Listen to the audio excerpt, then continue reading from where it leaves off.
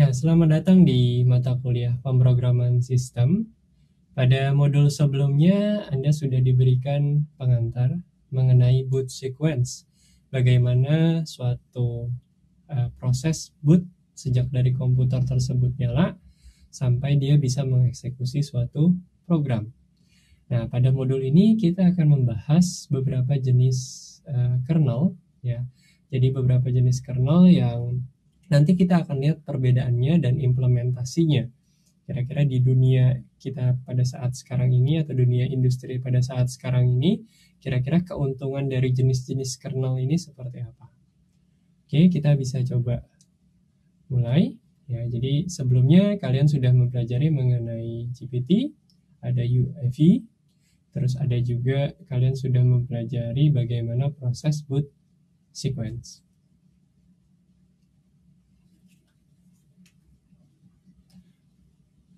Oke, nah di sini kita akan coba lanjutkan ya mengenai yang namanya sistem D. Ya, sistem D ini adalah bagian yang merupakan tadi kalau kita bilang adalah bagian init. Ya, jadi Unix baru ya biasanya mengimplementasikan sistem D ini sebagai initnya. Nah di sini dan dia kompatibel terhadap sistem V yang merupakan generasi init script sebelumnya. Ya, prosnya di sini adalah parallelization, simpler unit syntax, automatic dependent, ya. Dan consnya di sini kalau kita mau rubah menjadi monolithic kernel itu cukup kompleks. Nah, nanti kita akan coba bahas apa itu monolithic kernel. Ya, di sini adalah perbandingan antara init dan sistem D, ya, antara yang sysv yang diimplementasi dulu sama sistem D yang diimplementasi sekarang. Ya, di sini kalau sistem V initnya adalah etc init tab, sedangkan sistem D etc sistem D system. Dan di sini filenya sekitar ada 75, sedangkan di sini ada banyak filenya. Di sini portable, ya, sistem D ya, kalau ARM mungkin harus diimplementasi atau ada bagian yang harus dimodifikasi. Nah, secara perlahan init itu di replace oleh sistem D. Ya, makanya mulai sekarang Unix yang agak baru, entah itu macOS ataupun Ubuntu, itu sudah banyak yang memakai sistem D dibandingkan dengan init. Ya. Di sini ada beberapa referensi untuk bagaimana cara melakukan kernel compilation step by step. Tapi mungkin tiap distro itu punya cara masing-masing ya untuk melakukan kernel compilation.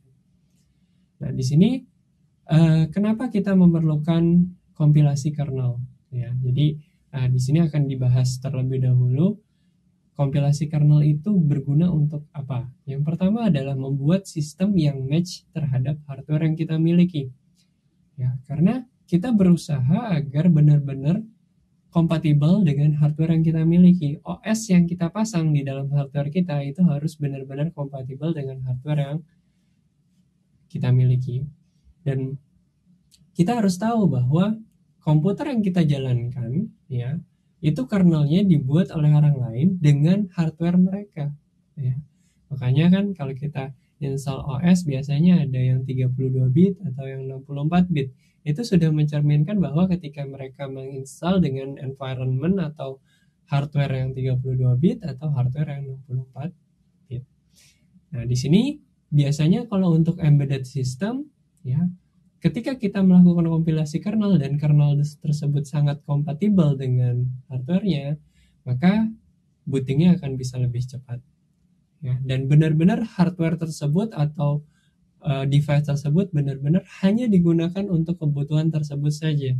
Karena kalau kita lihat banyak distro-distro Linux yang mungkin sekarang sudah multipurpose, ya, tidak hanya digunakan untuk satu tujuan tertentu. Ya, seperti kita Ubuntu desktop ya atau Debian ya GUI-nya itu sudah seperti PC yang kalian gunakan sekarang ini itu sebenarnya adalah multipurpose, kernelnya digunakan untuk multipurpose. Kalian bebas untuk menambahkan hardware di sana, kalian bebas meremove hardware di sana, sedangkan contoh yang tidak multipurpose atau single purpose adalah misalnya WiFi router ya, atau mobile WiFi kalian. Ya, itu adalah salah satu jenis IoT device, itu salah satu jenis yang bisa kita bilang purpose-nya hanya satu tujuan ya. Tidak ada untuk tujuan yang lain ya. Misalnya mobile WiFi yang misalnya kita gunakan untuk bawa-bawa, misalnya kalau ke luar negeri kita menggunakan mobile WiFi ya, kernelnya di dalam situ adalah kernel yang digunakan untuk single purpose. Yang multipurpose itu adalah contohnya adalah PC kalian, entah itu Ubuntu, entah itu Windows, itu digunakan sebagai multipurpose. Kalau kita lihat secara arsitektur ya, kernel ini ada beberapa jenis. Ada monolithic kernel, ada microkernel, dan ada hybrid kernel. Kalau kita lihat dari dari arsitekturnya, kalau kita lihat di sini monolithic kernel, di sini ada kernel mode, ya. Di sini ada user mode-nya, ya. Kalau kita lihat di sini hampir semua pekerjaan itu langsung di handle oleh si kernel. Kalau kita melihat di monolitiknya, coba dilihat di sini, kernel ini mengeksplor hampir seluruhnya, ya. VFS file system call, terus IPC file system, scheduler, virtual memory, device driver, dispatcher, itu semua dikontrol oleh kernel. Ya, jadi semua dibungkus di dalam si kernelnya. Jadi kernel memiliki semua informasinya. Lalu kita coba lihat ke sampingnya, yaitu ada di microkernel. Nah, kalau kita intip di sini ada kernel mode-nya di sini dan ada user mode-nya di sini. Nah, kalau kita lihat di sini user mode itu pekerjaannya apa aja sih? Ada application procedure call, Unix server, device driver, ada file server. Di sini ini ada di user mode. Sedangkan kernel mode-nya itu bekerja untuk apa? Di sini ada IPC, virtual memory, scheduling, ya. Nah, di sini bisa terlihat ya perbedaan antara yang monolitik ya dengan yang microkernel. Kalau monolitik, hampir semua pekerjaan kebutuhannya dikerjakan oleh si kernel mode-nya semua. Device driver juga di dalam kernel mode. Ketika di sini kita lihat bahwa device driver ada di user mode. Ya. Nah, kalau kita lihat lagi di sini ada jenis yang namanya hybrid kernel. Ya, kalau kita lihat di hybrid kernel ini terdapat gabungan ya antara yang kernel monolitik dengan yang micro kernel. Ada user mode di sini dan ada kernel mode di sini. Tapi di sini kernel mode-nya digunakan untuk application procedure call, terus untuk device driver, ya. Dan kernel mode-nya untuk basic IPC, virtual memory, scheduling. Sedangkan Unix server dan file server itu ada di user mode. Ya, jadi microkernel ini hampir mirip dengan hybrid kernel ini hampir mirip dengan microkernel, namun beberapa itu sudah masuk ke dalam kernel mode atau dimasukkan ke dalam kernel mode. Nah, mungkin kalian akan bertanya-tanya, kira-kira apa sih gunanya saya memisahkan semua dikerjakan oleh kernel atau sebagian itu dimasukkan ke dalam user mode atau misalnya hybrid kernel. Oke, kalau kita lihat ya, di sini monolitik merupakan OS arsitektur di mana seluruh operating system itu berjalan di kernel space, ya. Semua dikerjakan oleh di kernel space. Dan di sini monolithic model differs from other operating system architecture. Ya, jadi system call diimplementasi juga, ya, proses management. Terus di sini memory management, device driver juga dapat ditambahkan di dalam kernel sebagai modul. Nah, di sini kernel ini biasa dipakai untuk di sistem-sistem yang embedded, ya. Jadi dia sudah di-define hardware-nya, device driver yang sudah ditaruh di dalam kernel tersebut, tidak perlu melakukan compile driver ulang ke dalam hardware tersebut. Nah, di sini embedded system usually act as single purpose computer, kata kuncinya. Ya, tadi yang saya bilang, dia hanya satu tujuan. Ya, komputernya hanya digunakan satu tujuan.